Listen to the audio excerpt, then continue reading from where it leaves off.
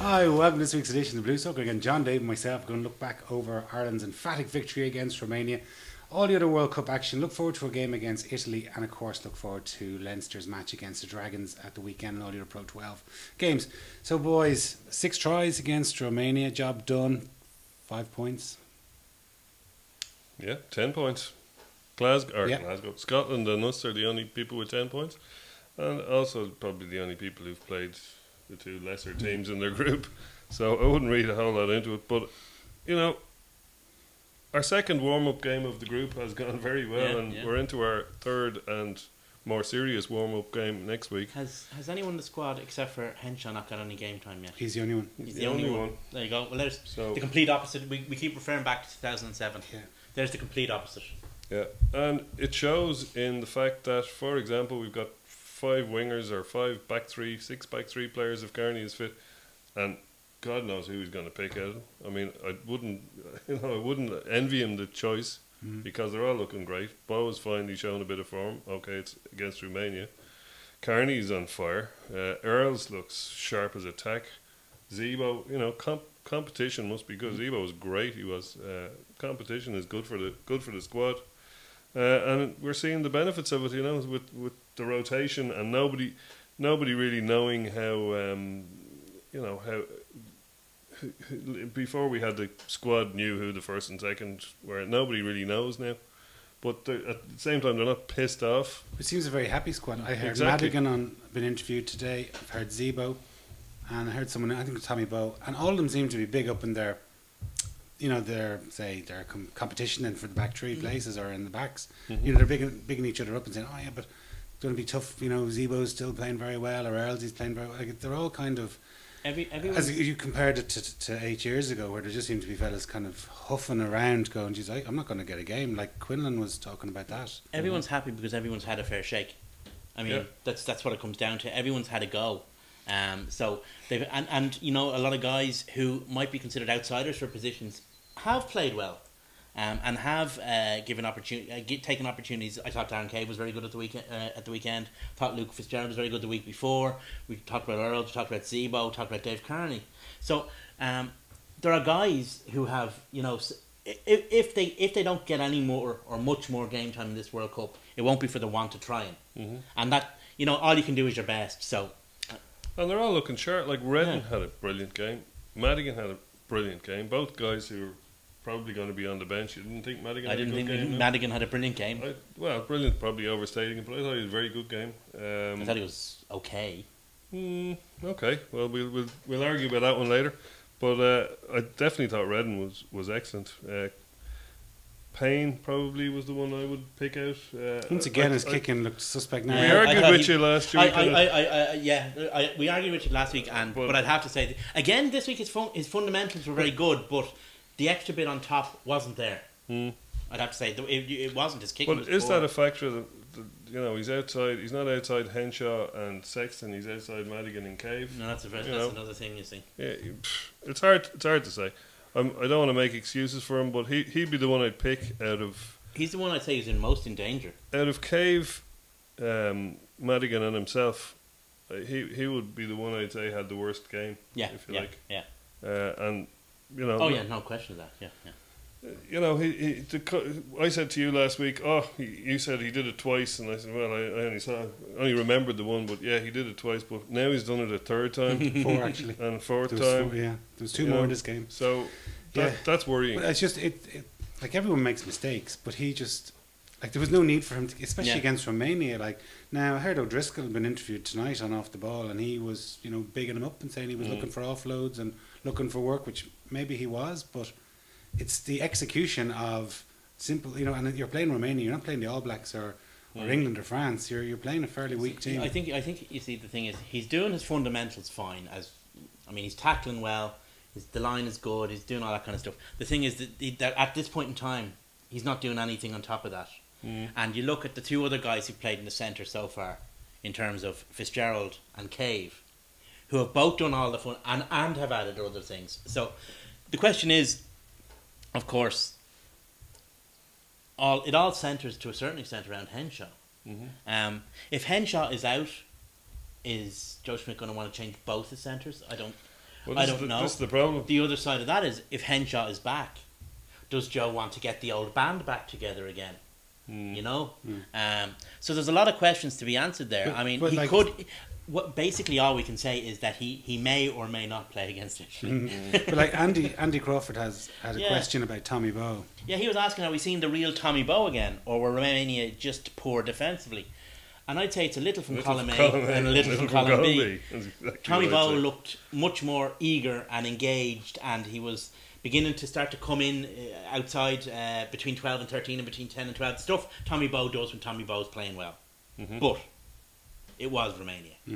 Yeah, You're talking, I think, 17th ranked country in the world. something like Yeah. that. Yeah. But like, you know, there was a lot of talk and a lot of calls for Tommy Bowe's head after a poor game against England, where not many of them played well, and not really many of them, or certainly there wasn't much emphasis placed on the result of that game. And you know, Payne's had 2 consecutive weak games against weak teams. You know, they're not world beaters in any stretch of the imagination, and yet there's still talk. Well, when he's got Sexton back inside him and he's got Henshaw beside him, he'll be. Our problem has always been, and it was always going to be for this World Cup, the lack of caps in our centres. And similar to England, the lack of an established centre pairing. You know, for obvious reasons, that we've replaced one of the most capped centre pairings in the history of rugby. So you know, you can't pull that one out of the locker in the last, with a year to go to a World Cup. So we were bound to have people in the centre who weren't, who didn't have an abundance of caps. And I think it was Justin Marshall said during the week last week that Jared Payne is a bit of a makeshift centre, that he's really a back 3 player who's playing in the centre. Fair enough, but I think it's built around Joe Schmidt's design for the game, and it's also, if you notice, every time he's had a serious game, he's played them. It's as if he's wanted to get the 2 of them with as much game time together as possible before the World Cup. So is he going to rip all that up right now because Payne is having a few? With back 3 players, it's a different kettle of fish. We're tripping over them, And with centres, it's not. And The thing is, dropping Payne is a big risk. Yeah, Dropping any of the back 3 players isn't, because of the other back 3 players. especially against France. Especially again, Well, Well, you like, have, you have if you've Italy got- in between that, clearly, and there's an opportunity. Even if Payne has another shocker, or if anyone has a shocker, he's still statistically going to say you're going to beat Italy. Like, they haven't beaten us in God knows how many years. About 2. 2 years. Sorry, prior to that, they were going to beat us once in 15 years. Yeah, it's fair Once in point, the once in the professional era, or once since the Six Nations became 6, they've only beaten us. But if you've got a fit and firing Robbie Henshaw, like I think it was Matt Williams was saying, I didn't see a lot of the punditry because it was on ITV a lot of the weekend, but Matt Williams was saying that we didn't have enough up the centre. We couldn't break teams down through the centre, and Robbie Henshaw would probably, and Sexton as well, would probably have something to say about that if they were fit and firing. I mean, he hasn't played yet in the World Cup, Robbie Henshaw, so I think there's a certain element to that. I mean, just talking about what Matt Williams was saying about not playing for the centre. We haven't put all the big hard fuckers on the pitch at one time yet. And by that I include Johnny Sexton, who's going to feed them. I mean, we haven't had Henshaw, Sean, Keane, all in the same place at the same time. We've had maybe 1 ball carrier per game. Come the Italy game, and when we expect everyone to be fit, and according to the RFU's press thing, everyone is fit. The same way as they were fit last week before, but everyone except Rob Kearney is fit. So we can expect it to have all the ball carriers and all the options that would spread the defensive line.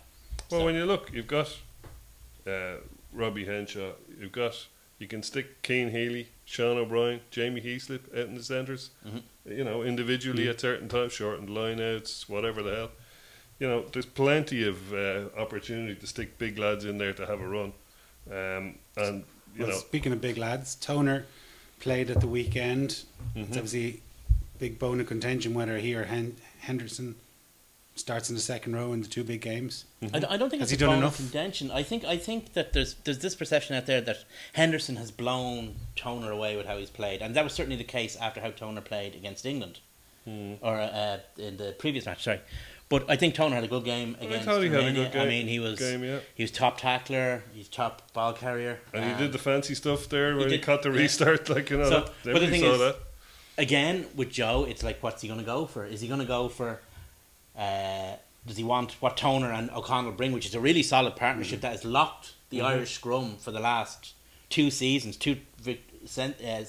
successful seasons, or does he want what Henderson brings, which is that maybe a little bit looser in the tight, but a lot looser in the open, and you know, that little bit of devilment that, as they say about Zebo, terrible phrase, X factor. He does bring that, or does he play both of them, or does he play one of them and then play the other one of them? Yeah. I mean, he has all these options. I mean, we criticize. We kind of have to look back and talk about. We criticised Eddie O'Sullivan in past for his World Cup campaigns. We criticised Declan Kidney in past for his World Cup campaigns. But in fairness to them, I don't think they had the riches at their disposal that Joe Schmidt has in terms of playing. But why?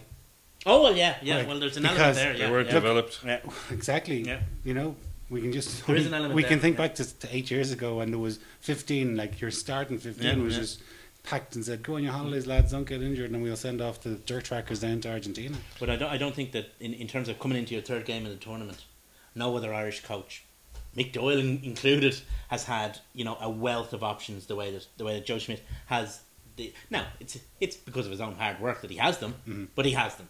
So I mean, he could pick almost anyone in that second row out of all of the locks, and they would beat. I mean, I thought Donncha Ryan had a really good game Yeah, as well. he's a I great thought he had a option. really good game. It's like a machine, though, isn't it? Like Yeah. I remember saying it before. It's like you take one part out and you replace it with another, yeah. and the machine continues to function. Well, Mike McCarthy and Reese Ruddock and Damien Varley actually were on News Talk. I just happened to hear it the other day, and they were gone on about Joe Schmidt. In fact, it was Varley that was saying it mainly about how he tells it to you straight. I suppose he was contrasting it with other coaches he might have had, but he said, you know, he'll tell you what you need to work on. He'll tell you all of those things. He won't just tell you what you want to hear. In other words, he won't just blow smoke up your ass and say, you know, you know, you're a great lad, but I just feel this lad has just that little bit more and bullshit. But he'd say, well, this is the reason I'm not picking you, because this guy does this better.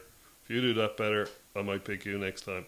Go off and work on it. And he's straight up about it, and that buys a lot of loyalty Every from the players. player I in think, the you know. Irish professional rugby system knows exactly where they stand as regards the Irish Exactly, team. yeah. I mean, there's no, Joe And his Schmidt. encyclopedic brain full of knowledge will be able to roll out, oh yes, you know, you've played one game for us and you did X, Y and Z, you know. The guy will be blown away by his memory for if nothing else, you know. And his you know, his rugby brain. So Healy was solid. Yeah. He was solid. He got 53 minutes, so Yeah. you know, all good there. I can't believe he didn't find touch for that kick. It was a great kick. It was a It was a lovely fabulous kick, kick. yeah. He even looked cool doing it, didn't He did, yeah. Jesus. He gave it a bit of the old what's his name? The Quade Australian- Cooper. Quade Cooper's at the end. Yeah, Yeah. yeah. No, it was a nice kick. I mean. Yeah. Although it should be said, prop shouldn't kick the ball, but you know, sometimes you have. I mean, It's kick ahead, any head. yeah. Sometimes you say that, but sometimes actually, I mean, you want rugby players who pick the right option at the right time, and that was the right option. He kicked in over behind. I mean, you could actually see him look up. He looked in behind to see what was there, and there wasn't anything. He actually meant to do that. I know. I saw a which is pic- even worse. I saw a picture of him at training, and he was taking place kicks. So you kind of feel he's Bit of a show pony there's, Archie there. Yeah, there's an out half there trying to lurk, trying to get out. But once again, aren't the crowds magnificent? I mean, we spoke a couple of weeks ago, and I said, "Geez, there won't be 30,000 at this." And multiplied by 3, there was Yeah. 89,000. A world record for a World Cup match. Yeah. And they're all Irish, just about. And a lot of them were. I mean, it was just fantastic. It really was. I'd say the IRFU and their World Cup Planning 2023 subcommittee were dancing on the streets. Yeah, they were absolutely. Because the same thing happened 4 years ago in Auckland and Yeah. in New Zealand, all around New Zealand. Yeah, I With the mean, amount this is of- we played Exiles. in two of the biggest stadiums in the tournament, in the Millennium Stadium Yeah. and Wembley, and put the sold out signs up, you know, or near enough to it. So that's, I mean, it's great. It's great for Irish rugby. It's great. It Good shows for the, world rugby as well. It's great for world rugby. It shows that, you know, that you can hold even though rugby is in the bigger scheme of things something of a minority sport. It shows that you can hold a marquee event in, to a certain extent, neutral territory, and people will come. Like- I mean, the reality of that game was that it was a dead rubber in many ways, in terms of, you know, Ireland could only beat them by trashing them, that kind of a way. So, but people still came because it was a World Cup match, and that's an important thing now. But the thing is that there's a lot of choice. There's hundreds, or not hundreds, but there's tons of matches that people can go to. Like at the same weekend in London, there was another. Like England were playing an international. You have next weekend again. There's an Ireland match in London. Were England playing on Saturday night, weren't they? Yeah. We'll come to that. But there's an NFL game. Like there's just so many opportunities, and obviously the Premiership as well. But like there's been 972,000 people have gone through the turnstile in the 19 matches at an average of 51,000 per game. Well, I watched 2 games Incredible. last week in Elland Road, the home of Dirty Deeds, Yeah. and near enough to sellouts there as well, in what is not a rugby. Okay, A rugby league. It's a rugby league area, and big crowds there. I mean, it's just been fantastic. It's been fantastic. I mean, and there is an element to this to the British psyche, to the English psyche, and it came out during the Olympics as well, that they didn't want to be seen to let the side down. So if the tickets weren't selling out, they were going to go out and buy them and go themselves, kind of thing, which is a great tribute to them. They have the threshold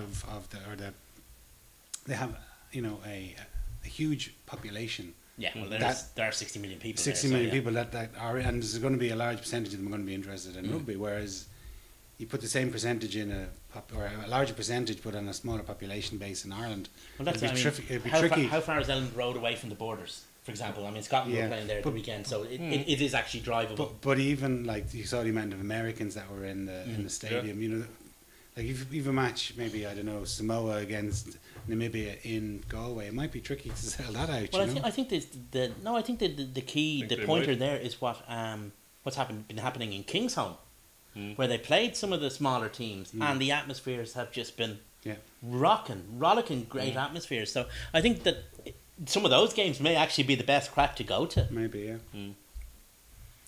Well, you mentioned it there. England played against Wales on Saturday night, and it was a fantastic game of rugby. It had it all really. It had the drama at the end, and it even had the result. Well, I think the best way to start is the question we got from Alexander Clark.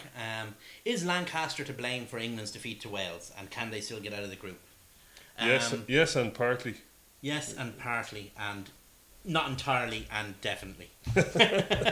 Well, in one way, I wouldn't fault him for picking the centre pairing that he did. The centre pairing that he picked worked. It's when he changed that the problems happened. As soon as Joseph was out, he was kind of snookered. Was he going to play? He did play into Gatland's hands a little bit by going up against them with the big lads against big lads. But what else was he going to do? Slade was the only other option outside Burgess, which actually might have been a decent option. And once he had those 2 big lumps in midfield, was he going to play George Ford along with him? Like, what's the point in having creative George Ford with a stodge midfield? So Farrell, I can see the logic in why he picked that centre. But the thing is, it worked. It did. And that's the thing. And it's when Ford came on that it all fell apart.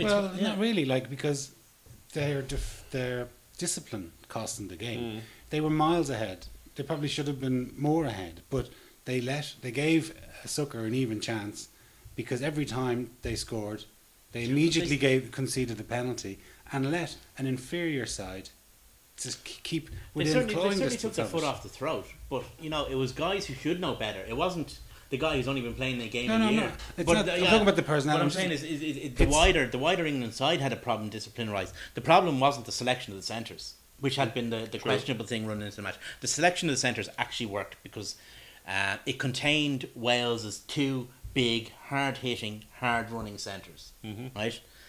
That they didn't, because they were taken out of the game completely by Burgess and Barrett. And also they had the scrum on toast. Like, after half an hour, they were 10 points up.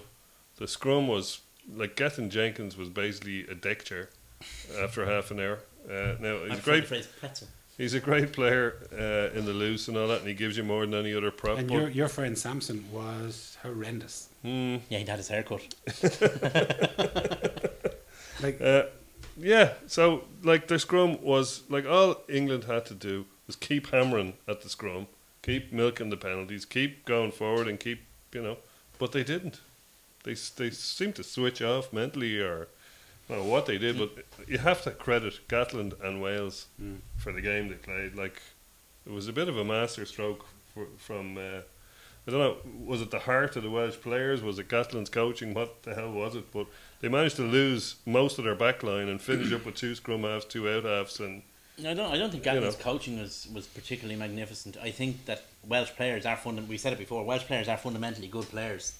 Yeah, but there's a spirit within that team, and they are, that's what I was going to say. That they, I mean, there was no tactical thing that got them back into that game, except on Lancaster's part. Well, not Lancaster, but his team's part. I mean, but what there is a spirit in the team, and they are good players. So you can never right now. But if you take your foot off somebody's throat, they're going to gulp in air. And when England, ultimately, now we're going to talk. I'm sure we're going to talk about the decision, which I'm sure will have its own 6-part miniseries on BBC. But the decision, we're going to talk about that. But once the decision was made, that took the foot off Welsh throats, and the dragon could breathe fire again. Yeah, absolutely. I'm not sure if the decision was the wrong one. If you compare it to the one Japan made. Well, we've got a question on that. Sorry, Dara O'Connor asked a question. Japan kick for the corner, go for the win. Everybody praises the decision when they win. England do the same and manage to lose. The captain and coach are getting blasted from all corners for this decision. Dara says he hates draws in rugby, so he thinks the decision was right. What do we think? And David Barrett comes in and says England made the right call. Sometimes it works out, sometimes it doesn't. There is an element of post hoc ergo propter hoc, after it's therefore because of it, that England lost because they made this decision, as opposed to England made this decision and then they lost. Yeah, obviously neither of the kickers fancied it, so that's the first thing. Well, the reports are both kickers were asked and went, nah. Yeah. Although Johnny's first conversion, or not Johnny, Ian Madigan's first conversion was from pretty much that exact spot. And he Stuart Barnes actually mentioned it in the commentary. Nailed it. So, but that's one thing. But it's what they did afterwards. That's what I would compare with what Japan that did. was the bad. Japan threw to the tail of the line out against South Africa. Like, I thought they were crazy. You can't attack off a line out from the front of a line out. But not only can you not attack, you're right beside the touch line. Almost impossible. All you had to do was walk them into touch, which is exactly what they did. Is there an element here that England have lost this game because of the high moral ground? That they wouldn't accept a draw? No, that they wouldn't pick Dylan Hartley. And what's his name? The 7 Armitage. But Dylan, no, not whatever. That's a decision they made. But Dylan Hartley, because of his malfeasance, ruled himself out of the squad. He could hit 2, he could hit 4, and he could hit the back. He is one of the best hookers in the world. Yeah. Is there an element to that? I wonder. Possibly. Well, that the hooker didn't feel confident going throwing either to 4. That's not the hooker's call, Dave. That's the call by presumably the pack leader. Or whoever's running the line out. Yeah, but if the hooker says I'm not throwing to 4, the pack leader has no choice but to call it to 2. Well, then he should be a hooker on an international match. But that's my point. You see, is there an element of that? I mean, we talk about the kickers, but they didn't fancy. Maybe he didn't fancy. These mad things happen in sport. Yeah. Like if you think back to I mentioned it earlier, like to the Super Bowl. There was a drive in the last play of the game, and the Seahawks decided to throw the ball 3 yards from the line, and it got intercepted, and the Patriots won the Super Bowl. But is there an element of teams that win ultimately make brave decisions and make them come up off of themselves, whereas teams that lose either don't make those decisions in the first place or fail on them, and there's a sense of by picking the safe option, which is the 2 option, was whoever made the call and the hooker, were they both complicit in? But the safe option was to go for the 3 points, because you would have got the ball back, or there would have been a drop. Like the worst case scenario was a dropout, and you have worst case scenario is 50-50 chance of winning the ball back on the dropout. I'd say more than 50-50. Yeah. But anyway, okay, call it 50-50. But you still probably get a good opportunity and still a little bit of time on your hands. But that was the safe choice. They decided to go for it and go for the win, and you kind of have to commend them for it. It didn't work out for them. But you have to commend them. But it was their execution and their failure to make the correct play in the line out, which ultimately so cost there's an element of people use the phrase shit or get off the pot, right? So having decided to shit, right, i.e. go for the line out, they then stood up in mid-turn. They then shat on themselves by taking the safe option from the line out. What's the other name for ball to number 2? Banker ball. It's your banker ball. So my point is, I'm not saying it's the right option. I'm saying it's the wrong option. What I'm saying is it's the safe option. If you were on your own line with 2 minutes to go. You Mm. throw it at 2. Yeah. You don't throw it No. 5 meters out on, like, you just don't No, you throw don't. it. No, but they did. That's the point. They So did. the question is, what was the psychological process that they went to that led them to make that decision? And I believe that the psychological process that they went through was one of, oh fuck. Yeah, well, that's exactly it. And if you look at the chain of leadership decisions that, like, you know, starting, if you want to start it in the dressing room with Lancaster, did he have any agreement on that? Did he have any kind of a coaching or input before? Guarantee if the field? Ireland go out and they're in the exact Then you've same got position, then you've they got- know 1, 2, 3, 4 exactly what the options are. Then you've got the two kickers who allegedly didn't fancy the kick. Then you've got Robshaw, the captain, who so you've got a lack of leadership from Farrell, Lancaster, Robshaw, Parling maybe as the line-out caller. Like, it's a chain of Failure. bad leadership there, you know, in my opinion. Mm-hmm. And that's, you know, you can't blame any one cog in that, but it doesn't look good for, you know, okay, they can save their World Cup against Australia, but, and I hope for the sake of the competition that they do, because it'll make the group a lot more interesting, and it'll also keep the home Well, fans. we have an interesting thing coming up now. Both Wales and England still have to play, who have rapidly become the kingmakers, because they love it anyway, is the Australia. Yeah. When was the last time Wales beat Australia in Anywhere. Wales? Rarely. Rarely. I mean, And they're we not even spoke playing about them in we Wales. spoke about the big gaping hole in Warren Gatland's Welsh record is his failure to beat Southern Hemisphere opposition. Mm. You know, so you still got this situation where Wales might have the nap hand, but there's a bloody big fence. Well, coming up. didn't most of them beat Australia in the Lions tour? They did, but That's not true. as Wales. No, not as well. You know? But there was a lot of them on that. There was a line. lot of them on it, and maybe that'll be a difference. Maybe that'll make a big difference. We'll see. I have to say, though, that Wales have to get through Fiji first. Yeah. I mean, Fiji will smell blood in the water, Well, there's- quite literally, And with there's a all lot the of blood injuries. going on. There's 2 more Welsh guys Yeah. dropped Yeah. out of the squad today. Amos and Williams. Yeah, and they've called up Anscombe and finally Hook. But, But, like, I'd say James Hook will arrive at the Welsh team hotel and they go, "Oh no, sorry, we meant George." you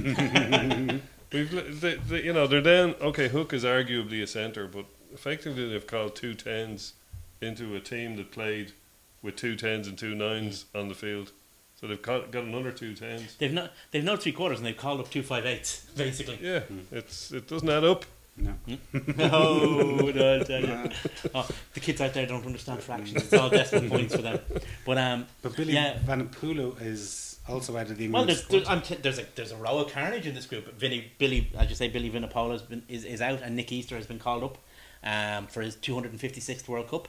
And Nandolo is out of this game, suspended for That's right, his kind of Clear out round the neck. his chiropractical work Mm-hmm. in the game against Australia. So there's two kind of if you like butchered teams will be facing one another. Question is who's going. I think Wales will beat Fiji. Well, Fiji have Yeah. the longer rest. I Yeah. think Fiji played midweek against Australia, so they'll be more rested. Wales will have to get the bodies on the Wales won't have a team to. Luckily, they won't need much training with their 4-day turnaround, but because they won't have as 2 teams to be able to play against each other in training. Mhm. And actually, Recovery, I'd say. what happened with that? Didn't they get pulled last week for They did, yeah. illegal players in camp? They were warned. They were just As warned. to their Okay. boldy naughtiness. But Fair enough. Gatland just loves to sort of push that envelope. He does. doesn't He's an ignoramus, and he just likes to do things like that. I think he likes winding people up, and people keep falling for it. You know? Well, that's people who like But it's winding like people up for no reason are ignoramuses. I know, but it's like that he kind of have a small little moral victory that they can sit around at 31 of them in their team room and say, yeah, we took one over them. Well, give him a chance Well, to change from playing soggy biscuit. I think that, and a lot of the Welsh players would say this, that he takes the pressure off the team. Oh yeah, Because everybody's going, oh, Gatland's a dickhead. And It is you a know, recognised- Nobody is giving the team any stick because I they're. mean, Mourinho does the same thing with Chelsea. There I you mean, go. nobody ever talks about actually how Chelsea play because they're all talking about the latest shenanigans from Mourinho. Yeah. Wales are actually, to a certain extent, there's a bit of a cliche in rugby about how you beat Fiji, and it's basically 10-man rugby. And Wales are actually, with the exception of the pre-tournament injuries, kind of untouched between 1 to 10.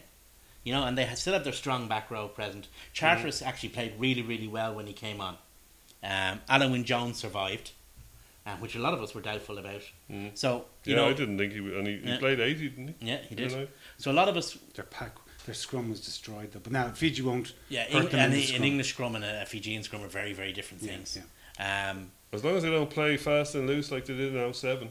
No, they have to play. Against Fiji. If Wales play a structured, You play- boring Northern Hemisphere winter game, Yeah, they'll win. Absolutely, that's the way you play Yeah. or an island team. There was a couple of other matches in our group. Italy narrowly beat Canada, And we're lucky to do so. and we're lucky to do so. And one could say Canada that. were the But sure, better who was refereeing? Who was refereeing? Who was refereeing? Gorgeous George Clancy. He loves himself, doesn't Gorgeous George and glamorous Glenn made up balls of things he? between them. Glenn was atrocious, He was. George was no better. but there was a couple of The things winning that he try just wasn't a missed. try. I mean, it's as simple as that. It didn't go 5 metres for the line out. Mm. Should have been caught back. Wasn't, because it went through 3 phases before it was scored, so they couldn't go back and look at it even if they wanted to. And then there was the ball out of play that time in the 5 metre line Yeah. that glamorous Glenn got That's Glenn right. got wrong. He did, Glamorous definitely. Glenn gang of glee, to quote Robbie Burns. But like, if DTH Van der Merwe was the star of the game, it shows you kind of how poor the quality of the match was. That was an exceptional try, though. Well, He is it a was, great. but- He's a great winger. I mean, isn't he one of the best wingers in the Pro 12? In fairness, The good thing is he won't be around when we're playing the Scarlets. yeah. Hopefully, because he's just joined them. But what it does show is how poor Italy are. Yeah. Yeah. Like there's a team we stuck 50 points on without trying. Italy shouldn't have beaten them. Like Canada played the better game, and there was a bit of a rub of the green in terms of. You said the winning try could have been disallowed quite easily. So Are we seeing? Italy are falling apart. Are we They're- seeing the refs refereeing kind of Oh. more harshly for the weaker teams, weaker yeah. teams? So somebody asked that question before, and I don't think so. But what you have is you have a situation where the better teams have better preparation, and they know the ref better.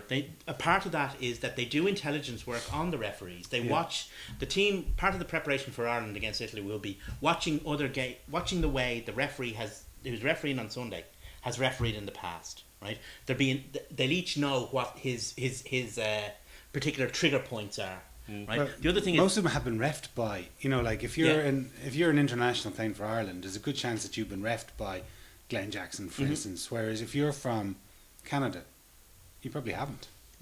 possibly not, but there's also an element of you're better trained. You're better trained in the laws of the game and how they're applied and the research that's done. It's not so much that they're refereed harshly. It's that the truth of the matter is the players from the bigger teams know the laws better and offend less, with the exception of Richie McCaw, who is actually the most penalised player in world rugby. People think he gets away with it. He doesn't actually. Well, the other thing is a bit of teams like Uruguay and Georgia. There's a bit of a language barrier as well to contend with. You often see refs explaining decisions to these guys, and you're looking at the expressions on their face, and you're going, "He didn't understand a word of that." Especially if it's Nigel Owens or somebody who's got a regional accent, as they say in Here's a England. point: like people say, "Oh, isn't it great that we say Wayne Barnes speaks French? Isn't it brilliant?" There is one team that speaks French in the World Cup. There are 2 teams that speak Spanish. Why doesn't Wayne Barnes speak Spanish? Well, in fairness, most of the Georgians play in France, so They certainly have a smattering, certainly school French. But JP Doyle was talking to Gorgodzi in French. She can barely speak English, that lad. No, I think the problem isn't so much. I think it's that they're. It's like everything in the game. The reason why the lesser teams give away more penalties is because A, they're less fit, and B, they're not as well prepared. They're not as clued into how a referee is going to referee a match because they don't have that level of preparation. Yeah, agreed. So looking forward to our match then against Italy next weekend. Our third warm-up game of the World Cup. Well, let's start off. I mean, Dan Finley asked the question: Dev or Henderson? Well, I would definitely, Yes. Yes. Yes. go for Henderson. I I would go think for he Dev just or brings. Henderson. I think they're both. No, I will definitely go for Henderson because Henderson brings so much more to the team than Toner does. I play them both. Well, yeah, you could give them a half each. Let them play off for the chance to start. I would have no problem with either of them starting, to be quite honest, either this game or the next one. I'd play them both, and then I'd bring on Mr. Angry Face for the half hour for whoever has wilted the most. Well, without wanting to harp on too much, I mean, we floated that one of the last two Blues talks about playing Henderson at 6 and then moving him up later in the game. I still see that as a viable option for France, and Peter O'Mahony coming off the bench with a proper angry head in him because he hasn't started would be great as the game loosens up. But you know, if Joe Schmidt does that, and you may still have Donald Ryan on your bench as well, so you've got exactly. You've got it's Jordy Murphy or Chris Henry that's going to lose out in that. I mean, scenario. the game for I can see him starting with the first choice front row in this match. I think the front row we see will be the one that starts against France, because he's going to have to put his first choice team on the field at some stage. Certainly, his first choice units. If you think back to, say, when we used to play, when Schmidt was coaching Leinster, and they used to play Munster the week before the first European Cup, they pretty much played a full strength team. Then they mightn't have opened the playbook entirely, but he certainly got the first 15 out on the pitch. You want the combinations getting experience together. Yeah, well, if Henshaw's free or if Henshaw's uninjured, then that's exactly what they're going to have to do. Get as much game time under those guys' belts. But in the front row, I think I'd start Cian Healy. Whether he's going to, he needs games. He hasn't. He needs games. His last game was last April, or his last start was last April. But he got 50 minutes. 30, then he got 53. Yeah, get him the 80 now. He might get, he might get a bit more this week, and then at least if you have him on and he's tiring, you can get him off and bring on Jack McGrath, who's ultra reliable. Whereas if you start McGrath and bring him on at with 30 to go and he You're only still lasts, not gaining anything from that in terms of building up the guy's reserves of fitness. Yeah. I think you have to start Keane. I think Rory Best will start, and I think definitely Mike Ross will start. I think he'll go with what he sees as his first choice front row. It'd be one of the first times he's had it available to him in quite a while. We've discussed the second row. We've discussed one part of the back row, and I think Sean and Jamie are nailed on. Yeah, halfbacks nailed on. Henshaw, if he's fit, it's and Henshaw. Then after that, when you get to the back three, it depends on Henshaw is the key to the whole thing. I think. Well, Carney is got a bit of an injury. Yeah, he's like Schmidt. If you don't train the week of the game, it's very unusual that you get selected. And if he's not, they're not going to know about him and his availability for another 48 hours. Probably ain't going to play either way. I mean, especially when Zebo played very well at 15. Zebo played very well going forward at 15. Yeah. The thing is, he's got huge options. I mean, with the exception maybe of Earls and Bow, everyone else is interchangeable completely across the back three. In terms of that they play as wingers. Earls has been tried a fullback before and it hasn't worked. Bow doesn't play fullback. But Zebo, Dave Kearney, Luke Fitz can all play.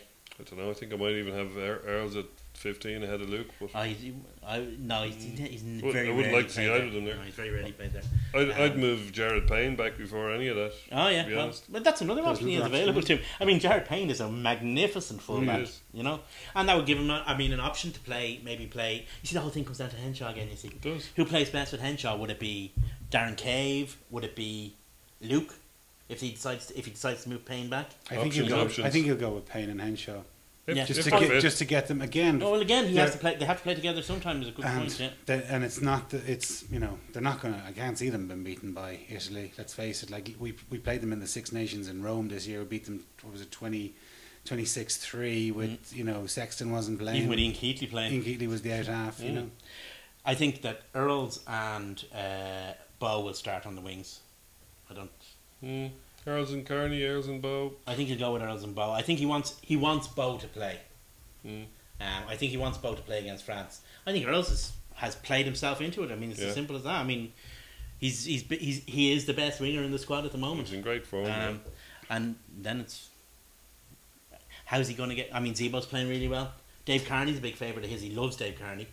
How's he get him onto the pitch? It's and will you have Luke Fitzgerald at 23? Will you have Luke at 23? Will Rob be fit even? Rob might even be fit. You never know. He might because Rob is such an important player for him. Well, he might overlook his if you haven't trained, you're not going to play thing, because he does that sometimes for his really special players. Yeah. I don't think so though. I think because it's Italy, he mightn't have to. I don't think Rob Kearney will. If Rob Kearney, has a sniffle, he won't be playing. Yeah. Because he's too important against France. He's too important against France. Plus, two other things are the length of time for the bit of healing to happen if he is going to make it against France, and the fact that he's Rob Kearney and he doesn't need quite so much. You know, you can throw him into a game. How many times have you seen him thrown into a game and surviving really well? I've seen him, you know, with back problems and with this, and he comes out and he plays a Stormer for 80 minutes. And the thing is, you know. if he doesn't play him, he can play either Zebo or Dave and bring the other one on. I mean, he has. Yeah. He's got a lot of riches back there. He has the riches. Yeah. I mean, it's. I mean, do you remember we talked about the golden backline, the golden era backline? Mm-hmm. I mean, in terms of back three, I don't think we've ever had it this good. But like, there's Even so many back then. players are kind of at sort of a similar enough level, and you know, if he kind of picked one set of three, and if he went for another set of three, you'd kind of say, yeah, okay, I'm happy with both of those selections. Whereas we haven't had that ever really since ever. You're basically arguing between 12 and 2 6s, you know, in terms of. Well, like look at that famous back line that we used to have with Dempsey at the back, Hickey and Shaggy, Darcy and O'Driscoll. Like, there was nobody else at that. There was maybe one or two other players the only guy close. kind of on the periphery was maybe Jordan Murphy, Murphy. but there was no other options. No. Whereas now you look at it, and we're talking about positions 12 through 15, and we've named, you know, a rake of players who could play in a multitude of positions. Mhm. I mean, it's a great time to be alive. It's a great time to be an Ireland fan for at least another week. Well, we can put our blue jerseys on Saturday. We take on, after a 3-week break, to the Pro 12. Mm-hmm. We play the Dragons. A couple of lads got in touch, Dave. Well, we had a question from Dan Finney again about the impact that Kev's retirement will have on the squad, and it's a good question because it wasn't all that long ago he was appointed squad captain for this period of time. Yeah. So obviously that's, you know, he's going to have to be replaced there, I presume, by Ethan Asiwa, just in terms of stepping up on a game to game basis. Luckily enough, in terms of his actual playing, Rhys Ruddock appears to be back near enough to ready to go. We're very fortunate in that if Rhys had been fit a couple of weeks earlier, he probably would have gone to the World Cup because he's that good. So we're lucky to have him with us. In terms of strength, I mean, it's pretty much as you were. I don't think there's a whole lot of changes out there. Mick McGrath's been tearing up trees for Clontarf. Yeah, 3 tries. So yeah, he scored 6 tries in the last 2 weeks or last 3 weeks. He's been really ripping it up. Whether that's enough to get him a place in the Leinster team against Dragons, I don't know. Well, there's 2 things about Kevin McLaughlin. One is his obvious talent as a 6, but there's also his leadership, seeing as he was named. You know, you think that might be the one thing that might ruffle the feathers, because if Rhys Ruddock is fit, he's at worst a like for like replacement. That in terms of playing ability, you've got Dominic Ryan there, if you know, to take over from Rhys Ruddock, who I'm sure won't be playing 80. You know. But his leadership is the one thing you might miss, you know, and the fact that it changes the dynamic in the leadership group a little bit. That'd be the thing to be worried about. However, we owe the Dragons a good hiding after last season. We really do. Just in one more thing about Kevin McLaughlin. One thing, I mean, he was valuable in that we have a fairly, I don't want to say short, I don't want to say guys who are 6'6" are short, but I mean, we have fairly one-sized in terms of line out. And Kevin McLaughlin gave us a great option at the back of a line out. And one thing that Rhys Ruddock does as well is he does give us that option as well. So that's kind of valuable. I'm sorry, go on. Yeah, well, himself and Dominic Ryan are actually the same height as far as I know, pretty much exactly. But for whatever reason, Ruddock seems to give you a bit more in the line out. Yeah, he's obviously better hands, I think. Yeah, that's possibly it. So. The one good thing is, though, that we've now, other than Kevin McLaughlin's retirement, we've no injury worries. 0. Okay, we're missing 18 players to the World Cup, including Kirshner, but we actually have nobody other than McLaughlin out, and obviously Gordon Darcy is retired as well. So there's a fairly decent squad there against what, you know, the Dragons are kind of a bogey in that they don't give too many players to international rugby.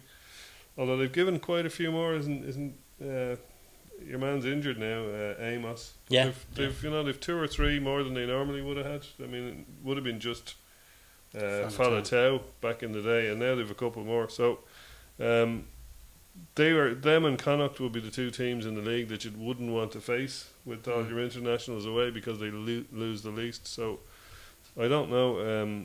Question is, how good are Dragons without their internationals, even with their internationals? Good enough to beat us twice last year. So they were, but like, I think last year might have been a bit of an anomaly.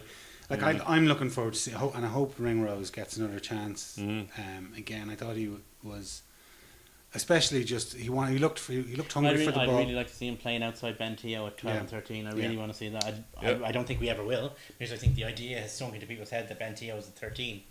But I'd really like to see them playing at 12 and 13. I think it could be something quite special. They seem to be developing a bit of a partnership with Theo and Reid though as well, you know, and you know, starting Ringrose out on the wing and maybe bringing him in games might be the start of it. You know, you bring off either Reid or Theo and move him in and put somebody on the wing. You know, that could be an option for developing him. You know, because how many, like if you look at Gordon Darcy, how many Tana Umaga, how many people have started on the wing and moved in? Tana Umaga used to joke that he'd end up at loose head prop if he kept playing because he kept moving in every year that he played on. Yeah. So yeah, I'm kind of looking forward to seeing Leinster. It's a bit odd to see them. You know, the World Cup. Everybody's attention is drawn to the World Cup. But the league just seems, it's like it started off at 2 rounds, then it was off for 3 weeks, then we're back for this week, for a week, and then we're off again. for a break, then we've got 4 games, then it takes a break for the 2 Heineken Cup matches. Mm-hmm. So it's quite disjointed this season, and it's hard to kind of to build that momentum. Yeah. The thing is, in a league campaign, you do need momentum, and you know, as you say, it's very hard to build it. Not much you can do though. That's the thing. It's hard for all the teams, though. Is the only thing. But just looking at some of the other fixtures, like there's a fairly big game on Friday night. Munster playing Glasgow down in Thomond. Like both teams, kind of a lot of internationals away. Glasgow have 20, I think. 21. Munster have 5. Okay, not that many. So. But both Munster have got off to a good start this season. They've got. Actually, there's one thing we should have mentioned. A former Munster player has retired from international rugby. Oh, yeah, John John de Villiers, yeah. Harvey Norman, as he was known as during his time here. Great deal low interest. Okay.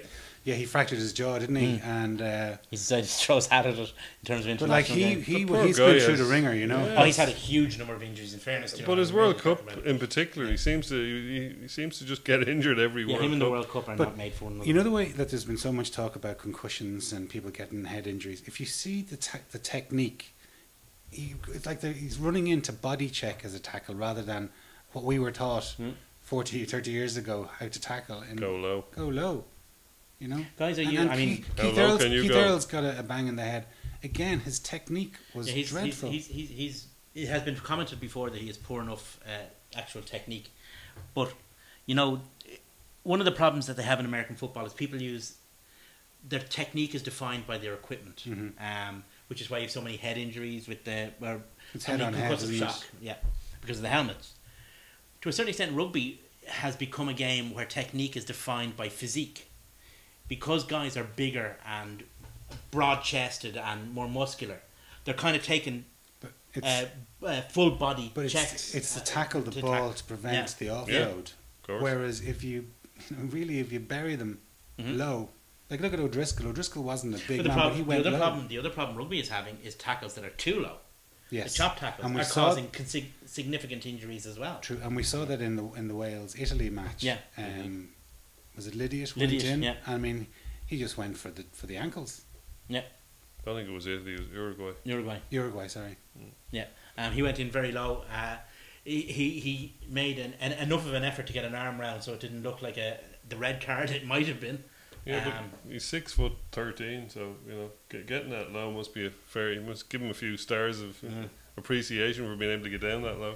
But so the issue is, if people just tackled properly, we wouldn't be having this problem. But sure, if ifs and ands were pots and pans. But yeah, but going back to Munster against Glasgow, that's going to be a tough one for either side. Munster. It's going to be a tough one for Glasgow.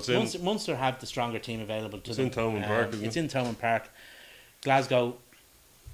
You'd have to see Munster, but we are especially with the old revenge for the final. Yeah, you'd have to see Munster. We are seeing the teams that have been least affected by the Pro 12 or by the international call-ups in the Pro 12 getting that advantage. Like if Munster win that game, they will have 3 victories out of 3. Connacht are playing Cardiff. You know, there's another team that have very few won international call-up. They should win that game. Two.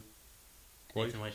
Sorry, you're right. Sorry, but like a limited number of players within that are called up, whereas on paper you've got to say, well, they should take the They points should there. do, yeah, absolutely, yeah. And I don't know. And similarly, Scarlets. Scarlets again don't have a huge representation on the Welsh team, unbeaten, and they play a nice easy one against Ebre. Yeah. Yeah, but they have to play us twice in the next few weeks, so we'll see. The thing See is, how I that mean, goes. teams that Welsh players could be home by then, though. teams that aren't doing so well, or teams that are doing well because they're not affected by the World Cup, this is as good as it gets for them. Yeah. Then when the teams that are affected come home with all their strong players, they get munched out of it. There is a balancing effect. I mean, there is a payoff at the end, so it does balance itself out. So at the end of the season, generally, it's all worked its way out. We should beat Dragons. Munster should beat Glasgow. Connacht should beat Cardiff. Who are also Ulster playing Treviso. Ulster should definitely beat Treviso. Somehow, I don't think it's going to work out quite that way in every match. There's generally a slip twixt cup and lip. One of them will slip up. Hope it's not us.